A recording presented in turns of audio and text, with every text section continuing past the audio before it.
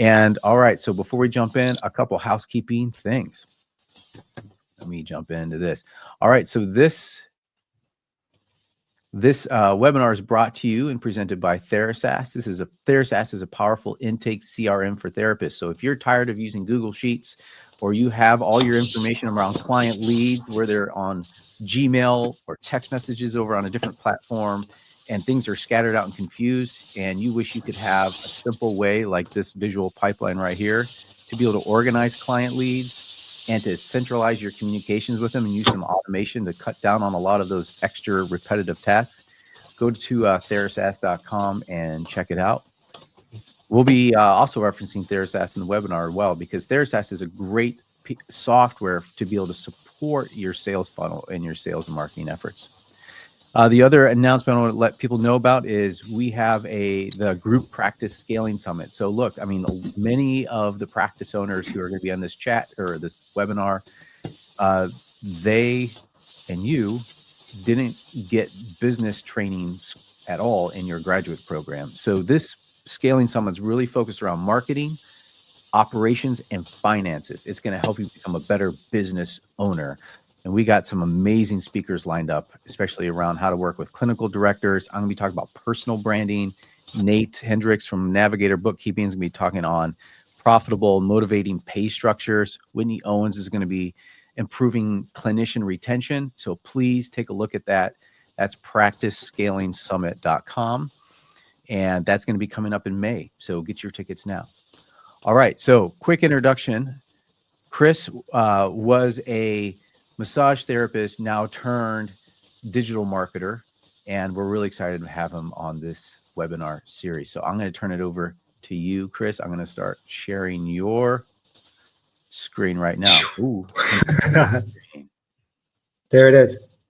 How do I sound? Am I clear? Yeah, you sound great.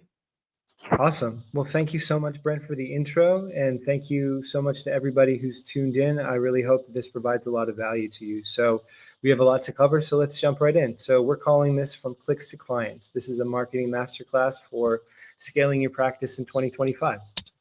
And so why should you attend this webinar? Well, there's two main reasons. One is that you're feeling stuck. So if you have been in a situation where you've been trying a variety of strategies, nothing has really seemed to help move the needle, help generate more qualified leads that turn into clients, then we're going to talk about a lot of actionable steps that you can take to get things going for you. And I'm also going to share a lot of what we've done, what I have experienced personally for our clients that have worked really well for them to expand their local visibility so that they can get more clients. And the other reason would be that you're ready to thrive. So things are working well, but you want to grow from a solo practitioner to a group practice, or you want to scale your group practice and you want to talk about a proven framework that helps you to achieve those goals. So what are some common challenges? Number one is low visibility. If you do not show up on Google search results, or more and more as time passes on AI platforms like ChatGPT, it's very hard for people, even right within your local community, to discover you and then reach out to make contact with you.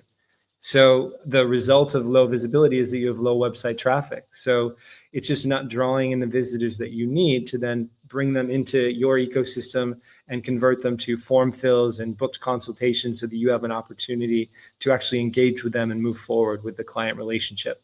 Another problem that a lot of websites have is that they're generating traffic, but they're not generating consultations. So there's a variety of reasons why a website might not convert, and we're going to go over that stage as well. And finally, high client churn. So if there's confusion about how to deliver lasting value in a way that aligns with your ethical goals, this is not about tricking people to stay longer. It's about providing ways that you can amplify your care, other service options, perhaps groups, intensives, et cetera, information products, so that you can provide real value to clients and ultimately increase the lifetime value of them and also provide more effective care for them. So this is what I call the client journey. This is a funnel. This is a funnel that we all exist within. This is a funnel that I exist within for my agency and my clients. And this specific funnel that I've put together right here is the 5 most important steps that therapists go through when they're essentially taking complete strangers, into their world, their website, their ecosystem, and then turning them into clients, hopefully for a long time, to have a meaningful relationship. And we're going to go through each of these stages, and I'm going to provide some information and actionable insight into how to optimize those different stages of the funnel and some platforms that can help you to do so. So a bit about me. I'm Chris Morin. I run an agency called Moonraker.ai. We are an SEO agency focused on therapists and wellness providers. As Brent mentioned, I've been a massage therapist for about 22 years. So I've met a ton of wellness providers that struggle with the exact same challenges of growing their own practices, just like therapists.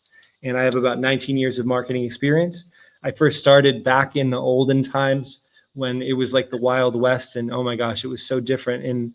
It's like the good old days, and things have changed so much, but we've been learning a lot as time passed. And I first started managing my family business. We have a manufacturing facility, and we just closed last year at over 8 million in sales. So best year yet. And congratulations. Everything that I learned there is, translatable to the wellness industry. It's just, different language and different specific details. And I'm going to get into everything that we've learned here in just a minute. So that's all good, but why should you care about what I have to say? I just wanted to show you very briefly. This is information that's pulled from real client accounts. It's showing the results from the past 6 months compared to the previous period, the 6 months prior to that. So this is a solo therapist. Organic traffic increased from 1.17 thousand to 1.54 thousand. So about another 300 clicks on top of what they were getting before. This client also showed up in ChatGPT. So nice. A lot of people are thinking, well, Google is obsolete because everybody's using platforms like ChatGPT, et cetera. At the end of the day, whether it's Google's algorithm or the algorithm that powers ChatGPT or whatever comes next, there's always going to be some determination about who provides the most unique and relevant value when you're searching for information or services. So at the end of the day, it's all kind of the same thing. And it's really good to see that in this case, it was actually another clinician in New York State searching for information about accelerated resolution therapy. And then my client from California showed up in ChatGPT results. So very cool to see that it does translate over already. Right. That's SEO at work, right? Because the learning module, like the ChatGPT's learning essentially from Google's rankings and algorithms, who they could trust. Yeah, Google, Bing, which is Microsoft search engine, news agencies like AP News, Reuters, and other news networks. And so it's pulling all that information from similar sources that Google is using. And so it's going to translate over. And regardless of whether it's ChatGPT or some other platform, the similar practices apply. Right. This is a small group practice. Past 6 months, we increased traffic from just over 1,000 to 1,300, so about another 300 clicks. And also a large group practice. This is a practice in the Bay Area, almost tripled their traffic from 127K to 366K. So, I wanted to show you this to help you understand that when it comes to traffic generation and especially SEO, it can apply to a single therapist all the way up to a practice with 100 people. Oh, and also EMDR training programs as well. So this is a training program online. So, another great testimonial here, big jump in traffic. And so I wanted to shift over to some big thoughts. And these might be controversial thoughts for some people, because what I found about therapists and wellness providers is that, generally speaking, these are deeply compassionate people that want to be of service to humanity. And the controversial thought that I wanted to propose is that charging what feels right for you is an act of self-love and is actually a service to your clients. And I believe the clients prefer to work with a therapist who's grounded in their value versus one who subconsciously carries scarcity into sessions. And so the idea of charging what you think you're worth, it relies on a steady stream of new leads that you can connect with so that you can be more selective about working with people that will pay your rates, or working with people that align with who you are as a person, so that you can have more of those ideal client relationships. And this creates a space for clients to really invest in themselves. And also, along with that, practice growth is a sign of your expanding impact. So it's not just about financial success. It's about reaching more clients and making a positive impact. And when things are going in the right direction, the side effect is financial security as well. And most therapists, not all, but most therapists will need more than word of mouth to grow.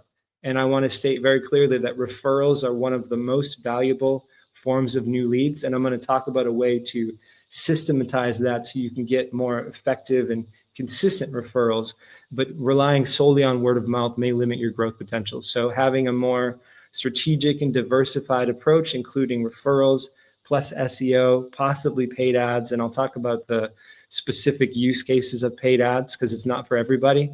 Having a variety of different tactics will ensure that you have consistent growth. So let's get into it. This is stage one of the client journey. So traffic generation. How do we take people that are out there in the world that are searching for something related to your services and then help them find you so that you can bring them into your website? So quite simply, the reason you should care about traffic gen is because the more people that you can bring to your website and your Google listing, the more chance you have to generate client inquiries, booked consultations, and ultimately grow your practice. And from our experience working with clients, the most effective traffic gen methods are SEO, which is organic traffic, and I will get into more details momentarily, PPC, which is paid ads, and also referral outreach. And I wanted to put a specific note, it's not posting on social media. And I'll explain why in just a minute. So how do we analyze? I have a quick antidote to that. I have I'm not running the campaign ads, the social media, but I have a client that wanted to do it. So they're working with a company that specializes in it, and they have a very robust setup, and they've been running for the last couple months. And I haven't checked in the last week, but they've gotten like 80 new leads, but none of them have converted. Wow. Interesting. So, but I think to your point, why SEO and PPC may be more effective because people are going to the internet to solve a problem or look for a service that might be near them, where social media, people are, they want to be entertained or not think about their problem. So for local practices, business practice, it may not be like if you're looking to get leads out of it and traffic could be it, but the quality of leads I have found in social media campaigns to be a lot lower. And that's just one example. I've done, Facebook ads before, and it's just, we just stopped because it just wasn't, the ROI wasn't there. So I wanted to stop. Absolutely. Make that kind of note. No, it's a good point. And the difference from what we can see is intent, because people go on Google or nowadays ChatGPT, et cetera, because they have intent. When people are on social media, they might be browsing, they might fit the target audience, but if they don't need your services right now, then it doesn't really make a difference. But I guess the question I like to ask is, if your toilet breaks, are you going to go on Google or are you going to go on Facebook? And that's the same thing as people looking for a therapist. They're going to go on Google and they're going to search therapist near me, EMDR therapy, town name, et cetera, whatever it happens to be that they're looking for. And when they see those results pop up, they're going to choose somebody, and the goal is that they're going to reach out and make contact if that's the service that they're looking for. And so even a well-conducted ad campaign on social media, they're much colder leads that need to be nurtured. They're not ready to make a decision right now. And so I'll get into some of those nuances in just a bit, but to shift over to just a bit more detail. So SEO is all about organic search. This is when people search for something on Google, like, as I mentioned before, like therapist near me. This is beyond the paid ads at the top when they see the actual search results. And so the goal of SEO is to help you show up as high as possible in search results, especially throughout your local area, because proximity has a huge effect on local search results. And it's easy to show up first if somebody is searching from right outside your door. But the game here, so to speak, is that we're trying to convince Google to show you in the number one spot, even though you're much further away and there's another office right down the street from them. And the reason that they would do that is because based on all the signals that you're sending, Google determines, well, you just seem like that much better of an option for this potential client. We're going to send them further away because we think they'll be better served by you. And that's what SEO is in the service of, to expand your visibility through the widest area possible around your office location, or if it's a national campaign, et cetera, just to try to get you the most visibility possible. Paid advertising, PPC, that's specifically Google ads. Pay-per-click is what PPC stands for. I'm lumping in social media ads here.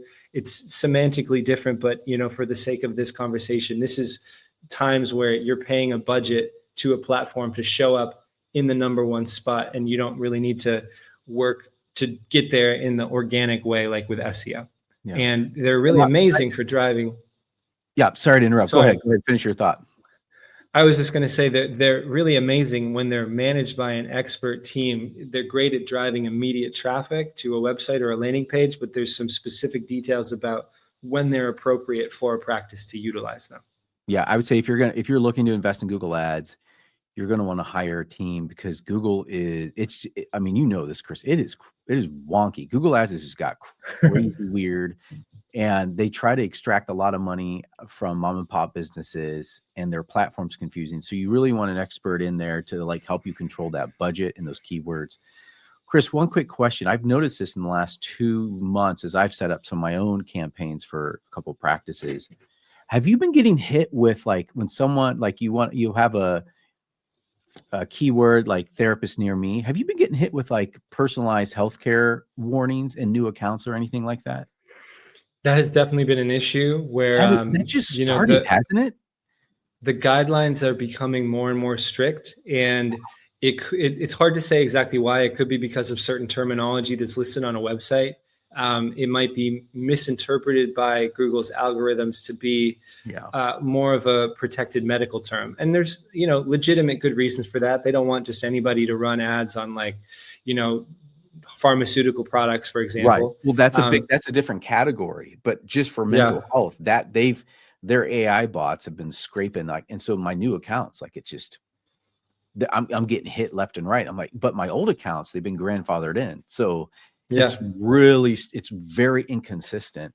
And so I think it's important for people to know, like, Google Ads is even changing. And so working with somebody to kind of navigate that. But it's getting more and more hard with Google Ads for practice owners and new accounts these days, because there are own restrictions in it. So there's more and more restrictions. As Brent mentioned, the platform is a beast. It's very challenging to navigate. It's very complicated. It requires a lot more daily and weekly maintenance and optimization than SEO, which is longer term patterns that we're looking at. And the thing is that, as you mentioned about how they're trying to hit these smaller businesses, they give recommendations all the time about how to quote unquote optimize your budget. It's a money game for them. Don't do it. Asking Google how much you should spend in your budget is like asking your drug dealer how many drugs you should buy from them. It is a terrible idea. They don't want to kill you, but they will do everything they can to take as much money from you as they can. All right, nice metaphor there. Hey, real quick, we have a question here from Angelica. Does Google take into account the Google reviews of the business in determining how high a website ranks? And this is going to be for organic search. Absolutely. Yeah, especially for local. This is going to affect your Google listing more than your website. And to be honest, one of the biggest reasons that I think that clients should have a Google listing, if it's appropriate for them, if you are a local practice, is that it's a repository for Google reviews. And we're in such a limited category here because of the ethical dilemma about review generation for therapists. And so this is what I'm about to say is technically against Google's terms of service, but so is SEO, actually, even though millions of people do it. But I would at least encourage you to reach out to friends, family. If you have a team, make sure all your therapists put a review on your own listing, get your professional network involved. And while they're at it, it would be great if they said, so-and-so is a great insert modality here in town name. You know what I mean? Like, Brent is a great EMDR therapist in Roseville, California. And if you're in the area and you're looking for that, you should reach out. That's a perfect review because it mentions some additional keywords that we want to target. And at the end of the day, Google doesn't really care how you're affiliated. Like, these people are not lying. They can speak to your character. So I'll leave that up to you to decide if that's ethical to pursue. But it's just such a minefield to consider soliciting reviews from clients or past clients. So at the very least, that's a good way to go about it. And if clients do happen to leave you a review, then responding to the review in a way that you deem appropriate. Yeah. Thank you for the review. Don't even say their name. Thanks so much for the review. Don't even say don't even mention that they're a client or that they even had services. Just say thanks for the review. And I'll say, if somebody leaves terms of service and stuff, they don't even follow their own terms of service. So it's and I'll say one more thing and I'll let Chris go back to it. It's good to have a handful of Google reviews because it just takes one person to leave you a 1-star, and then now you have a 1-star review, and that's all you have. And people make purchasing decisions based on reviews. So anyways, I'll turn it back over. Good question, Chuck. Thank you. And if you have more positive reviews, it will protect against the negative impact of a 1-star review. And if you want to stay at least above a 4.0 average rating, because if you get into the high 3s or below, that's in like active demotion territory where Google will steer people away from you. And it's very unfair, but that's just the way that it is. So reviews, great. It's challenging to get them, but if you can, absolutely do it. Moving on, referral outreach. So this is what I mentioned before. These are incredible leads when they come from other professionals. And this is a way that we can systematize the creation of new referral partners so that you can get more of those high quality leads. And if you have a great handful and a great network of partners, then you might not even need to do any other marketing. It can be that powerful if you really maximize that potential channel. And the reason that I wanted to state no social media posting is because let me say it a few ways. People that crush it on social media, I've talked to so many of them, they say this is like a part-time or full-time job. They are very comfortable being on camera. They post all the time. And even still, there's no guarantee that you're going to grow a following of people. And even if you do have a following, there's no guarantee that they're going to turn into a clientele. That said, social media is a great platform to use to support a referral outreach practice. So it's not just cold emails. You're also hitting them up on LinkedIn or Instagram or wherever these people you want to connect with happen to exist. So, and also all the Facebook groups and referral groups and all that stuff. It can be really great to build relationships, but as a direct source of clientele, not so much. So let's jump into SEO best practices. So again, I want to be clear that this is a very superficial overview of what's going on, but I want you to see these parts so that you understand what a holistic SEO practice actually looks like. So there's some foundational stuff. I like to consider this more like month 1, month 2 stuff. And then there's the ongoing blog and content creation, which can roll on indefinitely and continue to help you increase your rankings. So we always want to start with the technical stuff. And I consider this kind of low-hanging fruit. Like even the best built website is going to have hundreds, if not thousands of little holes. I consider these like little opportunities to rank better. And these are the things that transcend just like the title of a page and the description.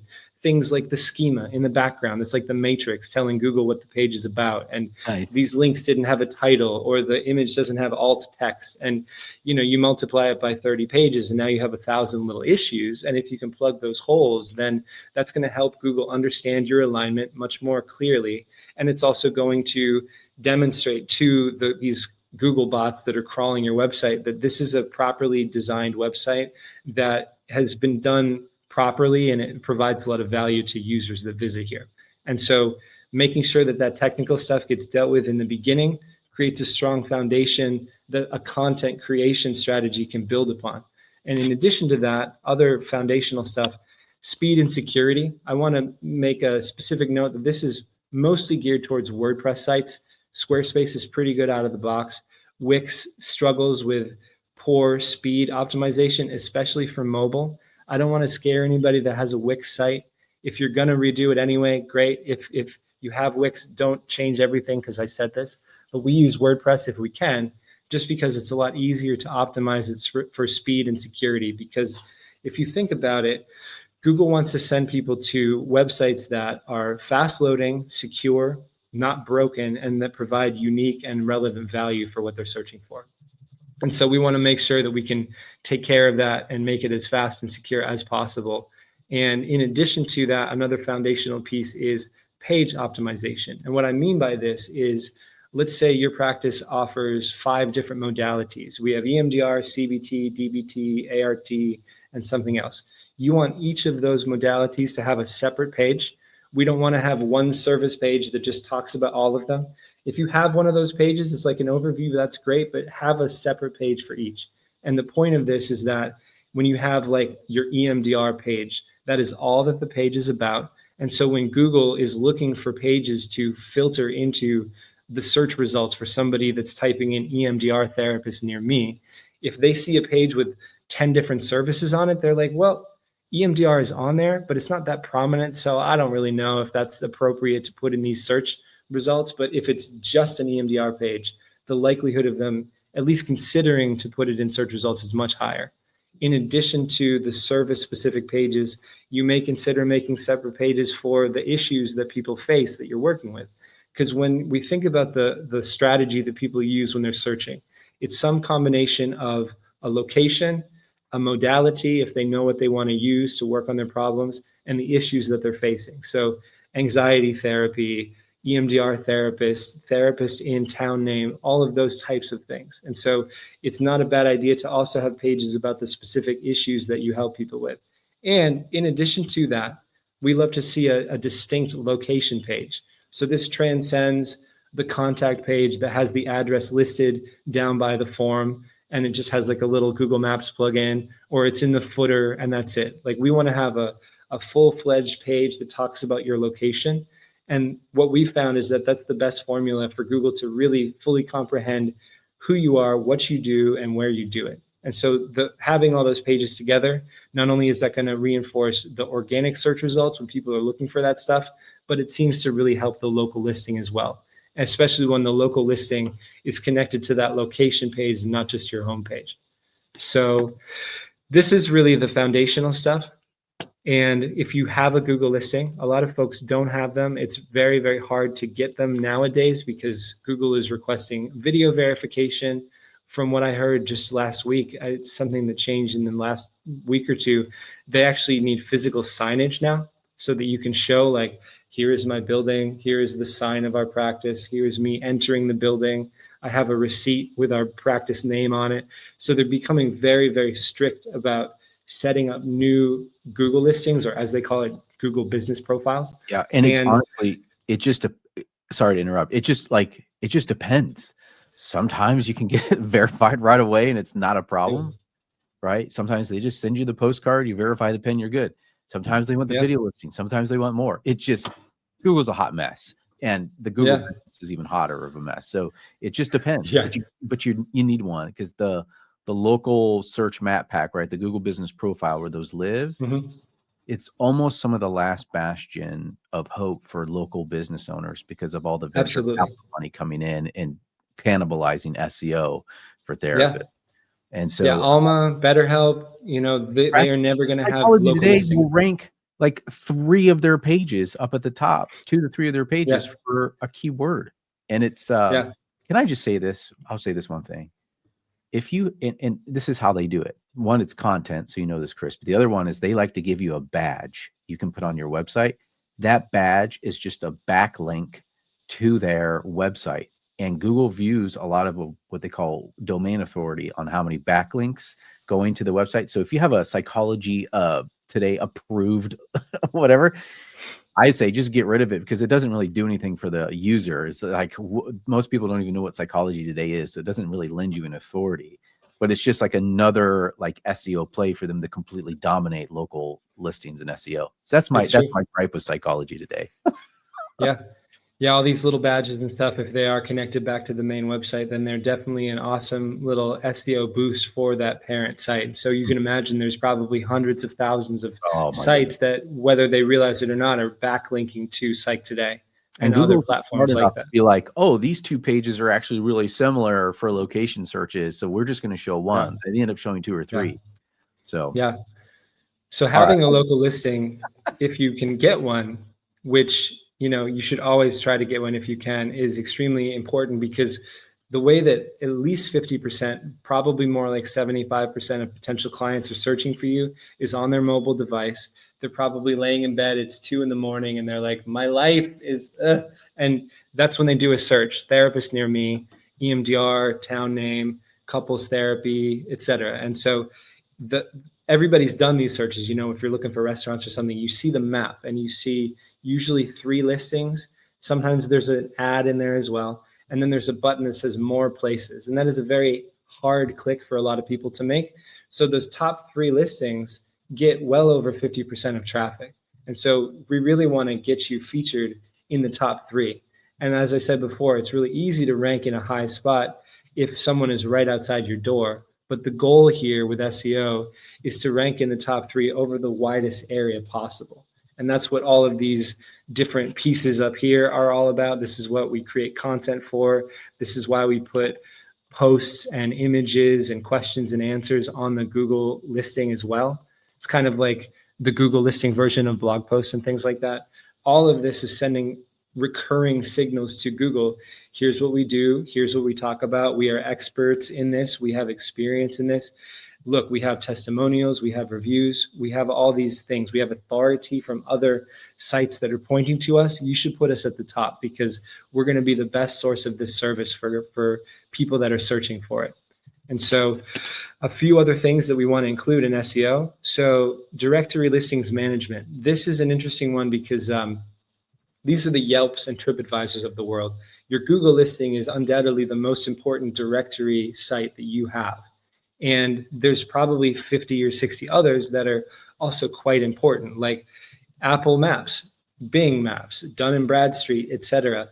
And as they all crawl and pull information from various websites to reinforce their own databases, there's inconsistencies in how they gather information. So a phone number will be wrong, or it's obsolete and they pulled old data, or the address has like, a number sign that's missing and it was featured on Google.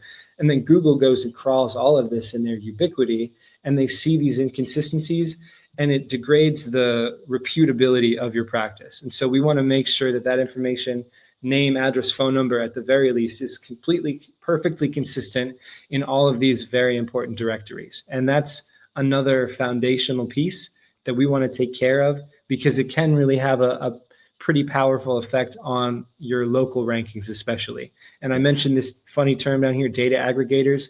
These are other companies and their services to push that same business information out to hundreds and thousands of other smaller directory sites and other platforms like voice search and in-car navigation for your BMW and places like that. So if you want to get your information featured there, it really needs to be pushed through these different channels.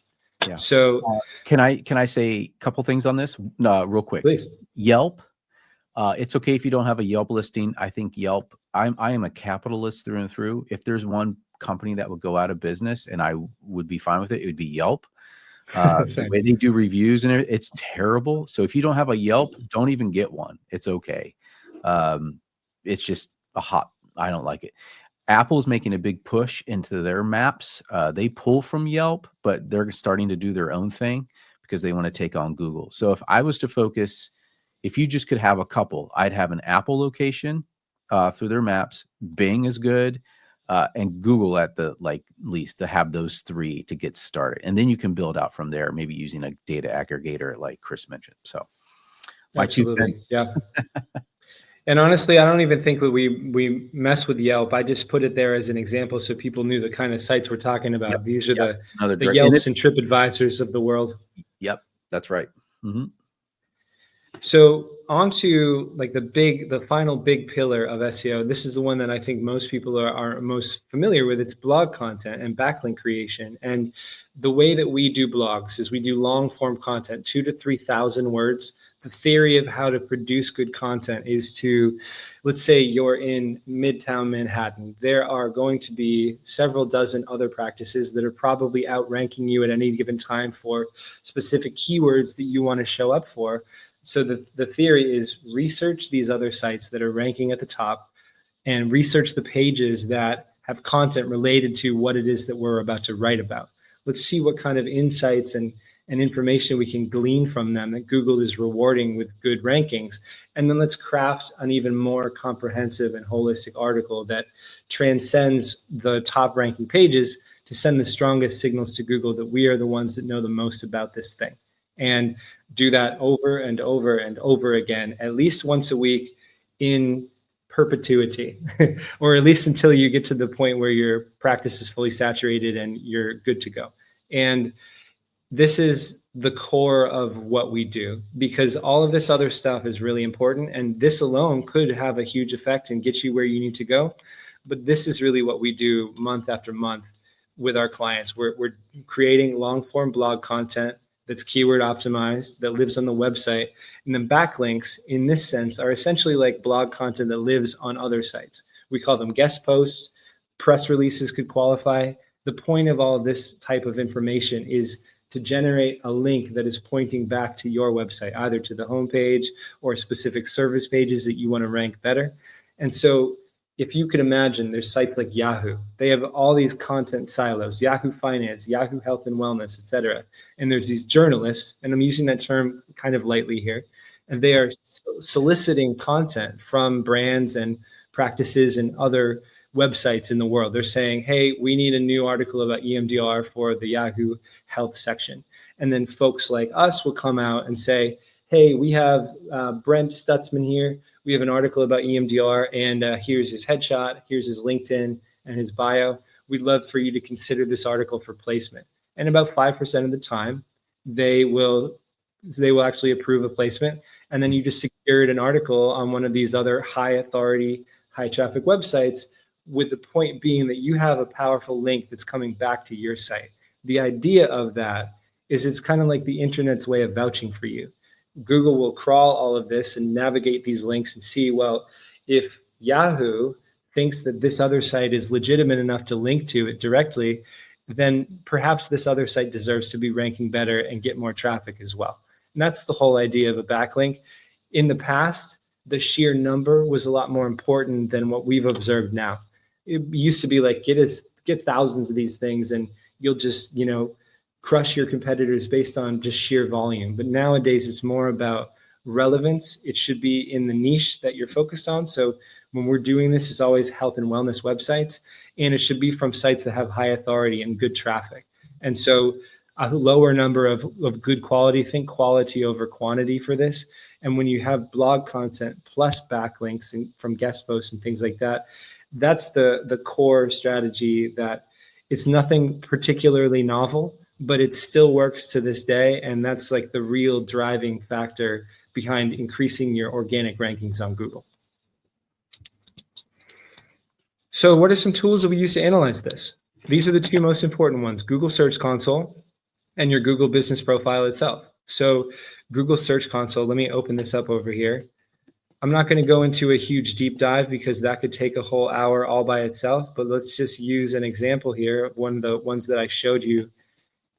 This is just showing us like what's going on. One of the most important features is that we can compare the previous period to the period before that. We can see numbers like in the last 6 months, there was 1.62 thousand versus the previous period. Okay, what we're doing is working. The average position has come down. That's great. It's trending in the right direction. We can look down here at the actual search terms that people use that brought them to your website. We can click to the pages and we can see the pages that are getting more traffic. And this helps to inform our strategy. Are the strategy that we're using actually effective in driving traffic for the types of search terms that we want to attract traffic for?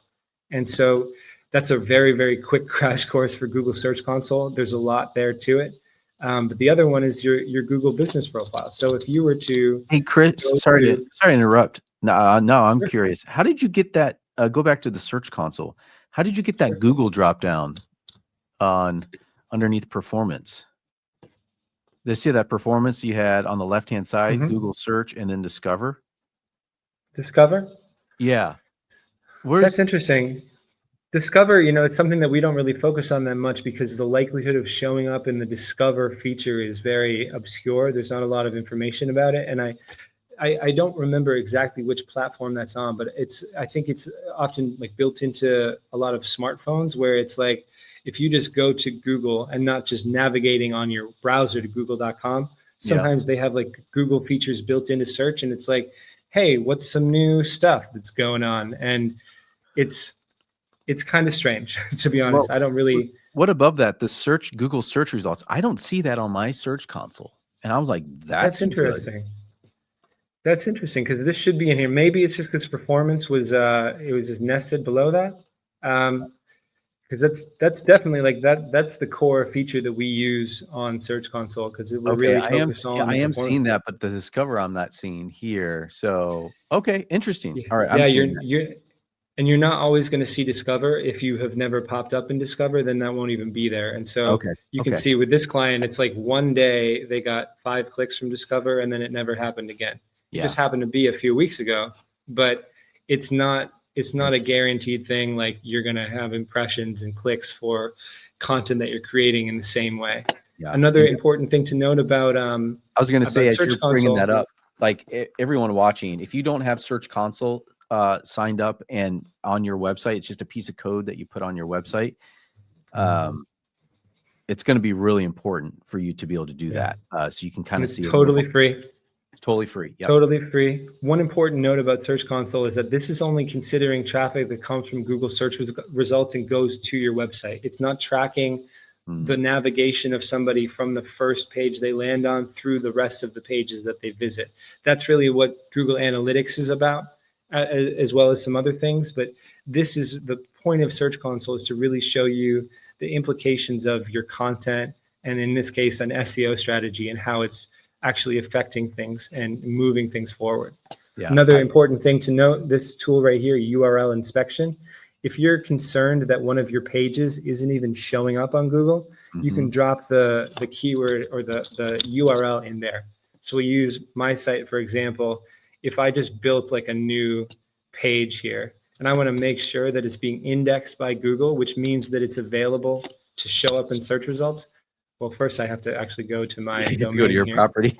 I would just drop the URL in here and tap it, and let's see, is it actually indexed in Google? Yes, it is. So it is ready to be shown in search results.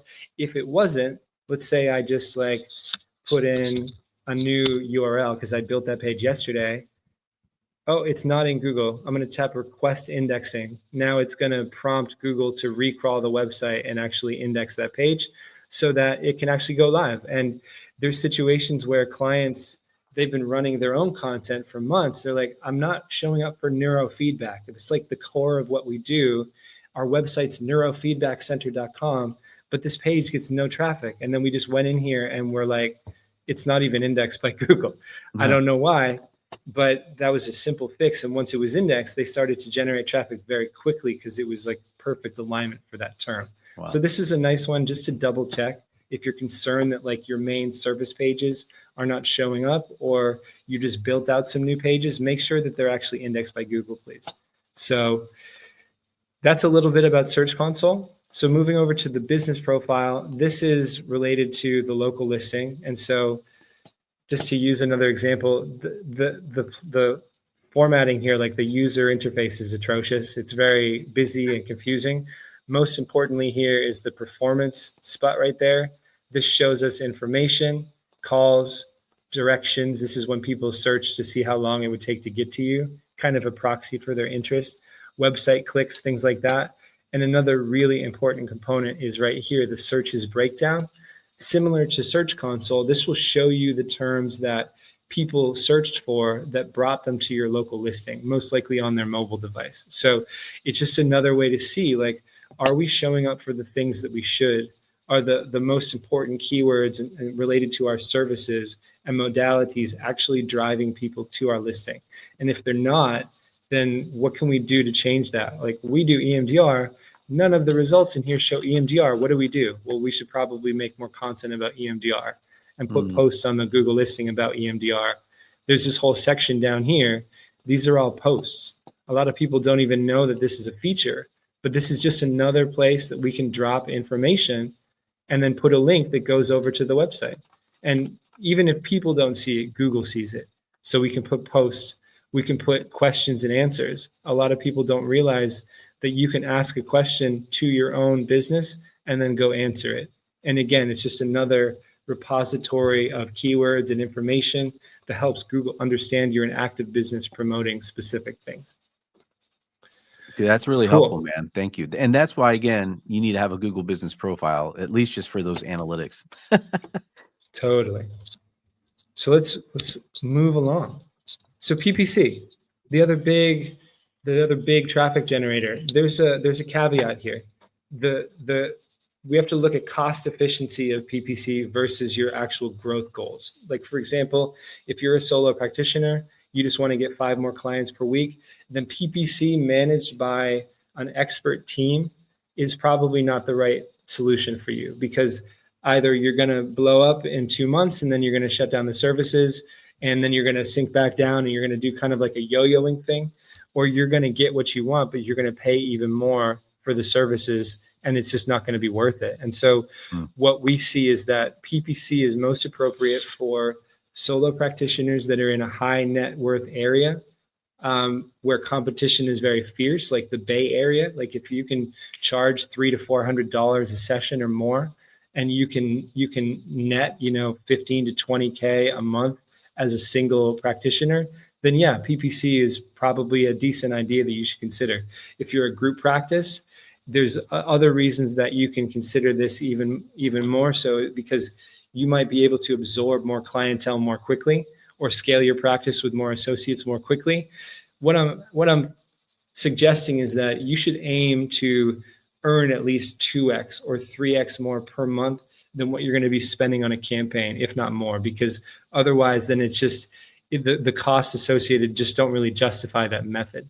And again, this is a kind of thing where there's a lot of complexity to effective management. I'll show you on the next page just a little overview of what is involved in an effective PPC campaign.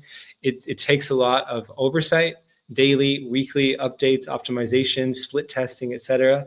It takes a smart, experienced person to manage these properly. Like I do PPC. I do SEO. I do not do PPC because I'm bad at it. My agency partner, Mike, does PPC because he's managed like $250 million on these platforms, and he's a genius. And so it's nothing that I touch because I'm going to break something, but he's amazing at it. So I leave that to him. We do SEO. And I just want to be clear that if there's anybody listening that has succeeded with PPC, that's awesome. It's not that you can't. It's just that I've heard so many people that spent a lot of money and got zero results and just got very frustrated, and it didn't really move the needle for them at all. So consider this strongly before you jump right in. And a bit about why PPC is so complicated, because you have to structure and set up a campaign properly on a very user-friendly platform. We need to optimize ad copy. If we're talking about social ads, there's also a creative component like images and videos. We need to get a lot of keyword and audience targeting details dialed in, like who is the target audience? Where are they located? What are the things that they're searching for? Maybe we want to direct them to a landing page. And the differentiation of a landing page from a website. A landing page is a very, very streamlined single page, probably that you can barely even scroll. It's just there, and it has one clear call to action, like book a call or fill out our form. And so PPC really shines when you have like a highly optimized landing page to send people to. The conversion tracking and analytics is also rather cumbersome because it involves setting up some custom events, as we call it, on Google Analytics. And then just the ongoing testing, split testing of copy, different keyword groups and different target audiences. All of that stuff takes a lot of oversight, and it needs to be done systematically. You just can't throw spaghetti at the wall with PPC and expect to make a lot of money. And as I mentioned before, the last thing you want to do is do like a performance max campaign by Google. It's like the only maximum performance is how much money they can take from you. So it's not a good idea to take their suggestions. You really need to have somebody that knows what they're doing to maximize the effectiveness of this. That said, if you're going to do it, obviously you can't run a campaign without Google Ads. This is what it looks like. We don't run any ads through our account, hence why it's zeroed out. And also you want to have Google Analytics set up as well. And analytics is, in my opinion, most useful for seeing how people navigate from the first page that they visit on your website throughout the rest of the site. But in this case, when it pertains to ads, it's about setting up those custom events to see when did somebody perform the call to action that we asked them to? When did they book that consultation call? When did they fill out the contact form? And there's simple things like, oh, they showed up at a thank you page. The only way they could get there is if they filled out a form. And then there's other more complicated things that, because of the structure of a website or the technology used to build it, you need some people that know what they're doing to set up custom tracking and analytics. So again, it's not the nicest platform to navigate. It's definitely not very user friendly. So this is more like hard mode.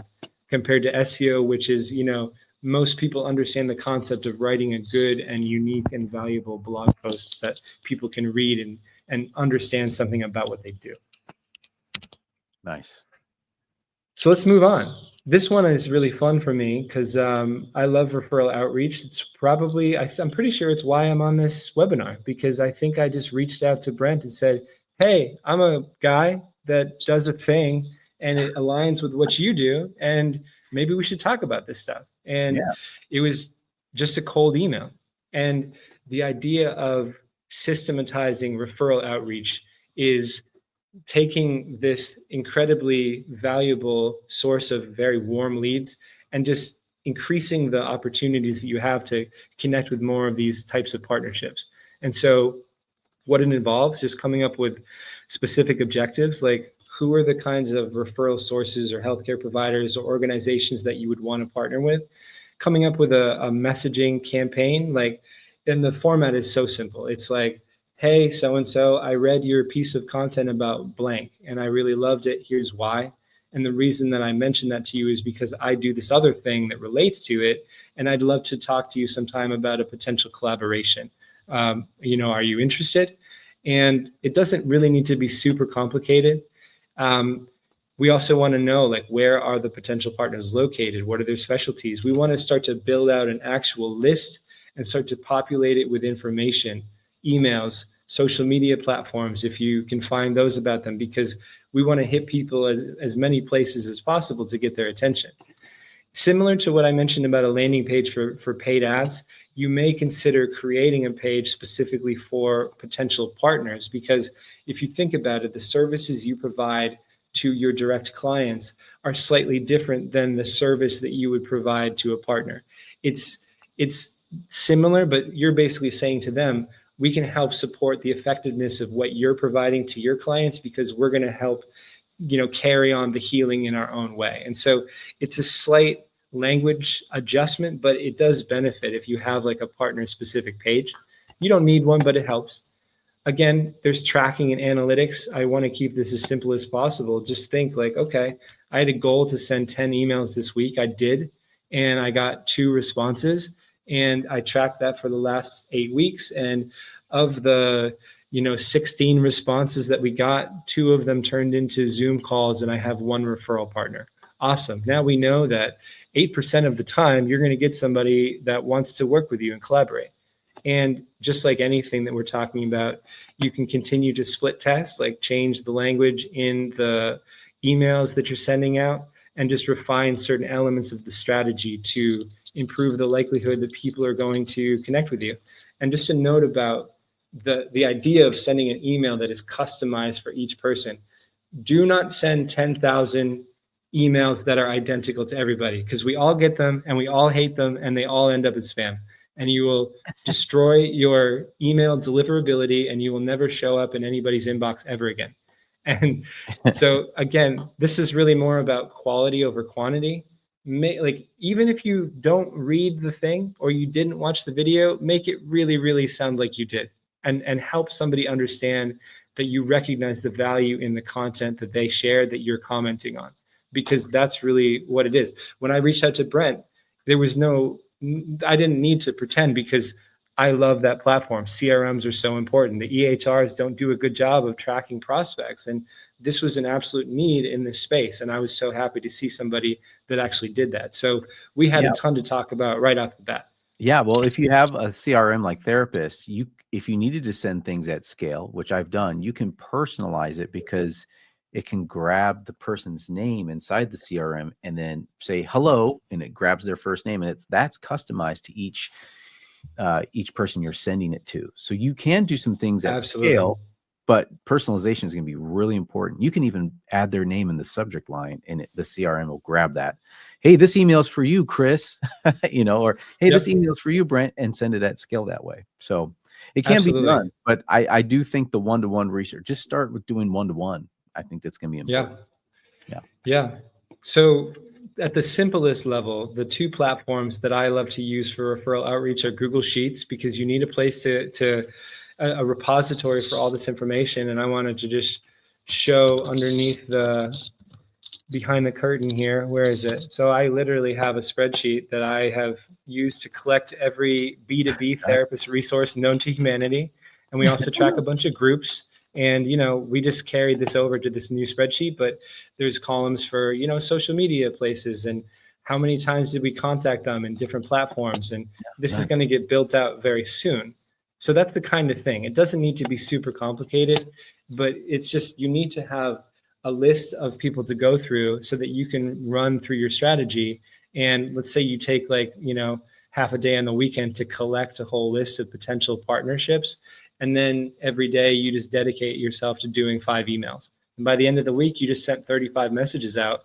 And this tool right here, now to Brent's point, Therasas will be awesome at automating the follow-up process. But if you just are using Gmail right now, I love a platform called Superhuman. It's what I use for mail. It's basically a platform that is using your Gmail account, but it has a whole bunch of additional features that, keyword combinations to save time. And the reason I put it here is because there's a really cool feature for follow-up reminders. So I just hit Control-Shift-H and it's like, hey, remind me. And then I can tell it when I want it to bug me. And so let's say I send out an email like, hey, potential partnership, and I ask it to remind me in a week, it will bring this message that I sent and drop it back in my inbox and remind me that I wanted to see it again. So then I can just reply to it and say, hey, any thoughts?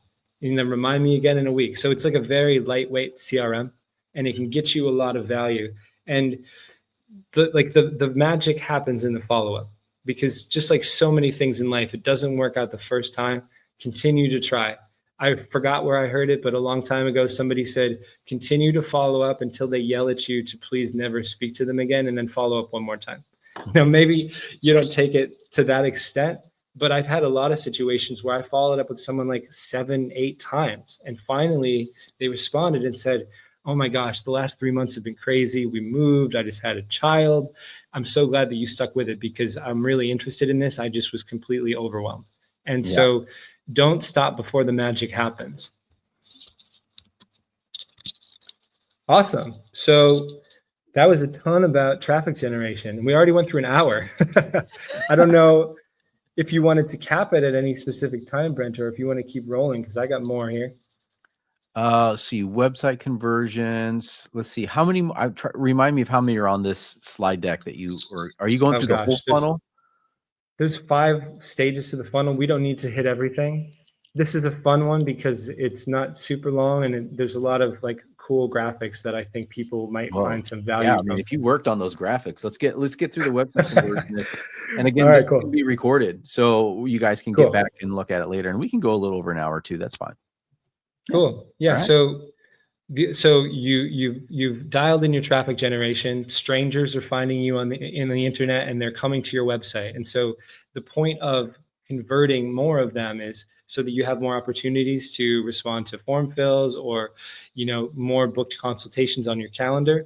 And the way that we do this is a practice that we call conversion rate optimization, CRO.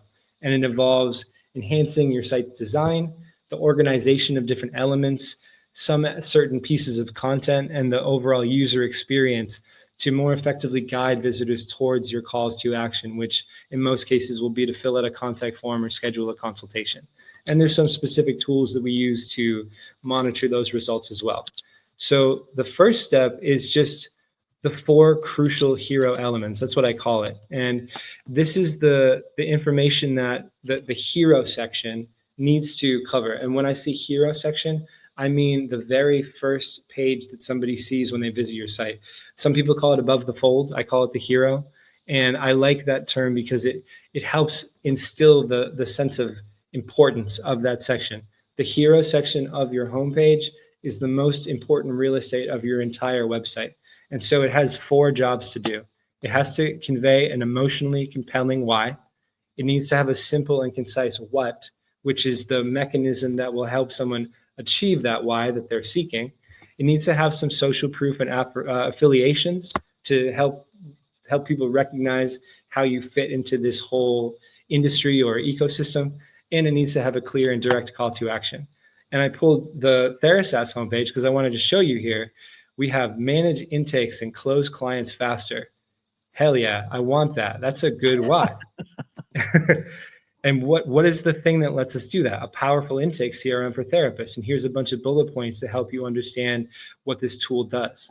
The social proof is right down below. And if I was evaluating Brent's website, I would say, is there a way that we could pull it up a little bit higher so that I could see it before I scroll? But it's right down there, and I'll show you. And then we have this clear call to action. Get Therisas. It doesn't get clearer than that. And so just to pull it right up here, there we go. So as you can see, this is the actual website. Boom, emotions, I feel it. The what, the call to action. And then you scroll down here. Look at this, video testimonial. Oh, a real person that loves Brent's platform. Amazing. I just updated it yesterday. I got another video testimonial. So I just keep updating the reel. Nice. And we got a pop-up with an actual person. Awesome. I wanted to show you, there's another slide right here. This is another client site. So we just redid this recently, and I wanted to put this here. You've literally 5 seconds to connect. We're in the TikTok generation. It's nobody's fault, but we've been trained to become goldfish. And so if you can't emotionally compel somebody to stick around in 5 seconds, then they're going to leave and they're going to continue searching elsewhere. And so this client's website, we just redid the homepage recently. Very impactful. Oh, we're actually split testing it right now. But you can see from the slide right here, get a year's worth of healing in just 1 week. That's like a mic drop moment. If someone's suffering, then that's something that's really going to stand out to them. Like, oh my God, I would love to heal from all this in a week. How do I do that? Well, work with the world's most experienced intensive therapy team. Here's a bunch of details about what they do. Here's some social proof down at the bottom. It's funny that you mentioned that about Psych Today, because I thought about this slide, because I actually took this badge. This is not a link to their website. Yeah. It's just an image file because I don't want to mess around with all that stuff. Yeah. So my thought about this is, of course, they're verified by Psych Today. Of course, they're affiliated with EMDRIA. They're all EMDR therapists. Some of them do CAP therapy. So they went through the IPI program, and one of them did a podcast on NPR. And so when people glance over this, they're having this kind of subconscious conversation with your website. All of these things, even if they don't necessarily mean something specific, it shows very professionally, and it gives them just a little bit more incentive to keep on going or to follow through with the call to action and reach out. And so if somebody looked at this, they're like, hell yeah, I want this so bad. Okay, that all sounds good. Well, they got stuff. They got testimonials. They got badges. I'm going to hit this button. Boom. Have questions? We're here for you. And once they fill out the contact form, it encourages them to book a call right afterwards. So this is the idea of how to adjust the elements on your website so that you can get the most bang for the buck right when somebody shows up. And just one other brief detail about that. Here's a little quick tip. If you right click in Chrome and you go to inspect, you don't have to worry about all this code, but you can take the border between these two sections and you can slide it around, and it'll squash your site so you can see what it looks like on mobile. And so we can see here that on mobile, they're still getting big emotional, impactful why, a bunch of stuff about the what, the affiliations, and the call to action. So it's not quite as optimized. They have to scroll like once, but it's about as good as we can get on mobile. So that's a little cheat, a little tip, so you can see what your website looks like on a phone, even if you don't have a phone present. So moving on, I wanted to talk about a couple platforms, and these are really cool, very unique CRO tools that can help us to get make a lot of progress very quickly. So this tool is called Website Optimizer. This is free. I think they have a paid version, but the one that I've been playing around with is free. And it essentially lets us go and basically split test elements of the page. So you saw how on this page, we have a few split tests going of this main hero slogan. We have 4 variants that are testing right now. And after about 4 to 6 weeks, we're going to get a bunch of data, and we're going to see which one is the clear winner. What confidence level do we have? And the main metric is just time on page. Which one of these titles seems to affect the way that people feel the most and keep them on the page the longest? And if we have a clear winner, we're going to go in and we're going to change this. So we don't have to think so much. We can use a tool to come up with a bunch of other variants, automatically set up the split testing for us, and then after a period of time, make a decision based on actual data to see what people want to hear the most. So you don't have to get bogged down with like the perfect word, because at the end of the day, what you might think sounds best might not actually resonate with your audience. This happens to me all the time. So I try to leave the heavy lifting to the tools as much as I can. And I wanted to mention this other very cool tool. It's called PathMonk. And what this is doing is also analyzing site behavior.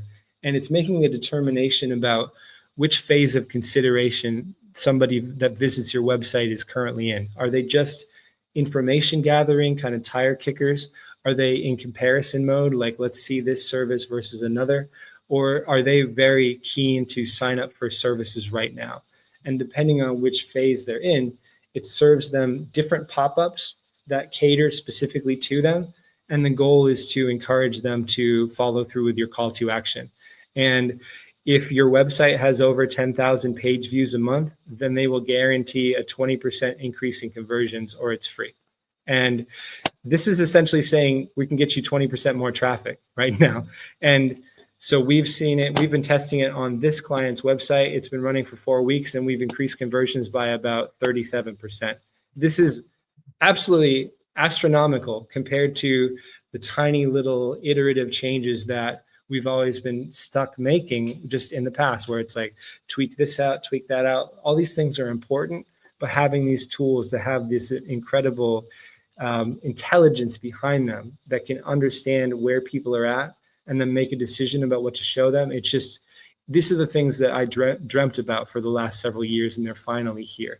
And just a real quick detail about what is a page view. If you have, let's say, 1,000 people come to the site in a month, and they average looking at 3 pages on your site when they visit, that's 3,000 page views. So it's just the amount of times that people look at different pages overall for the month. So this is not a huge number. It's not unattainable. I think a lot of the group practices out there will be way beyond this level. So this is the kind of tool you can plug in. It's not free, but their team will help you set it up, and you can get a whole bunch more conversions, or it's free. So cool. I was thrilled about that. It's been really awesome in our experience playing around with it. So again, these things make me really optimistic for like the power of AI and these certain tools to get the most opportunities possible from the traffic that we are generating and directing to the website. And I want to go to one more slide, and I think that's probably a good place to stop. Yeah, the next one is about maximizing consultation attendance. You know, this one is actually pretty short too, Brent. Maybe we can roll through this in like 5 minutes. Let's do it. Cool. So you turn strangers into website visitors. Awesome. You got them to follow through with your calls to action. They filled out a contact form, or they booked a consultation on your calendar. And then you get on your Zoom and you're ready to talk to them, and then they no-show. And it's so frustrating. Oh, shoot, I thought I had an opportunity and I did all this work and now they're gone. And so the point of maximizing the attendance of consultations is so that you can maximize the opportunities you have to actually talk to new clients and close them and provide services to them. And so the most effective method by far is to have a nurture sequence that sends multiple reminders to people to make sure that they actually show up to the call. And in addition to that, we're not just going to remind them like, hey, your call's in an hour, bye. We can add additional value. We can add resources. We can share a bit about who we are, modalities, your practice. What I want to convey here is that as soon as somebody finds you in Google search results or on ChatGPT, or they see your Google listing, that's when the relationship starts. They go to your website, they learn more about you, they make a decision that they want to take a chance and speak to you. And you have a chance before you speak to them to make them feel so much more optimistic about that conversation, because you add additional value in a way that maybe they didn't even expect. And so, for example, I have a very similar nurture sequence setup. When someone books a call with me, they have an immediate confirmation that goes out, has all the relevant details about their call. This is pretty basic stuff. I also have a series of reminders. I have one for 2 days out, 4 hours out, and also 10 minutes out to say like, hey, we're about to chat. The choice that I've made about how to maximize attendance is that I am completely focused through all of those emails on the why. I just keep hitting the why. And if you go to my website, the clear why that I came up with is unlock your practice's potential with purpose-driven marketing. We're not just trying to get anybody. We're trying to get people that align with your practice so you can share your passion with the world. So when we send out these reminders, it's using that same language. We're really excited to talk to you. Here's some questions. Why do you do what you do? What would you love to see your practice turn into? What's behind this? And to help people remember, this is why I love to do what I do. I can't wait to talk to somebody that's interested in that so that they can help me take things to the next level.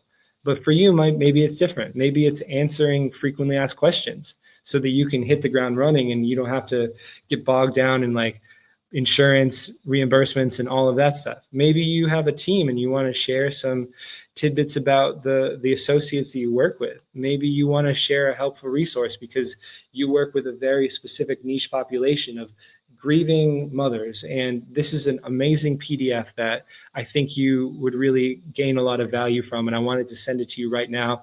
I can't wait to talk to you tomorrow. And so this deepens engagement and connection. So when they get on the call, you don't have to be in that, like, who are you? Why should I trust you? Are you actually a professional that I can consider working with and feel safe in this container with? You can move on to the real core of the work, which is like, here's what I'm struggling with. Here's what I need support with, etc. So the tools that we like to use, of course, shameless plug for Therasas, because it does all this stuff. It has a booking calendar and you can set up a nurture sequence and customize it to your heart's content. And as Brent mentioned, there's a million other things like a visual funnel that helps you visualize when people go through and they fill out your contact form and they move through the stages towards becoming a client. Messaging is very simple because it's all unified. Website forms that are HIPAA compliant. I mean, you have a lot of stuff. And so I love Therasas. I think it's awesome. I think it fills a real gap in the industry. And so I'm a huge fan. And this is not just me saying it because I'm on his podcast or webinar. It's because I actually believe in it. And that's why I wanted to talk to him in the first place. And if for some reason you feel like something like Therasas or a full-fledged CRM is perhaps too ambitious or too holistic for you, then there's tools like Acuity scheduling. The reason I didn't put another tool, Calendly, which is also very popular, is because Calendly will not sign a BAA. It's not HIPAA compliant. Acuity will, but you need to make sure that you're on what they call their powerhouse plan. And then they'll sign a BAA with you, because there's some controversy over whether the consultation needs to maintain HIPAA compliance, but I tend to err on the side of caution. And so this just ensures that you can collect information for your consultation call and it's going to be managed properly. And anybody that's using a Squarespace site, Acuity is owned by Squarespace now. And so there's really tight integration. And, it has the basic features. You can put a booking calendar widget on your website. People can sign up, pick the time slot they want themselves, and then you can set up a nurture sequence and add that value and make sure that they actually show up. Cool. And that's about it for now. We have a few more stages. How do you convert people from the call to become an actual client? And then the final one is, how to maximize the client care. But I think that we covered enough, and perhaps those topics are for another day. Yeah, absolutely. Well, thank you so much, Chris. Let me bring myself in. Yeah, thank you so much. Wow, that was a lot of really helpful information, and it's all been recorded. So make sure that you check our YouTube channel, brandyourpractice.com, or just go at Brand Your Practice for the YouTube. It's going to be up there. We also have I'm going to share my screen here. Cool. We have the next part 2 that's going to be in March. It's attracting the right client strategies for purposeful traffic generation. That's part 2, subject to change, the title accordingly. Chris can do that. So be sure to sign up for the next one. And then, Chris, can moonraker.ai, would that be a good place? Moonraker.ai. Absolutely. And if you look at the top menu there, if you scroll up to the top or even the bottom, there's a booking widget. Feel free to book a free strategy call with me if you'd like to talk about your unique circumstances or, what your growth goals are. I'd love to talk to you. Awesome. Well, thank you so much. Thank you for everyone spending a good amount of time with us, and we'll see you in the next webinar. And thank you, Chris. We'll see you soon. Thank you, Brent.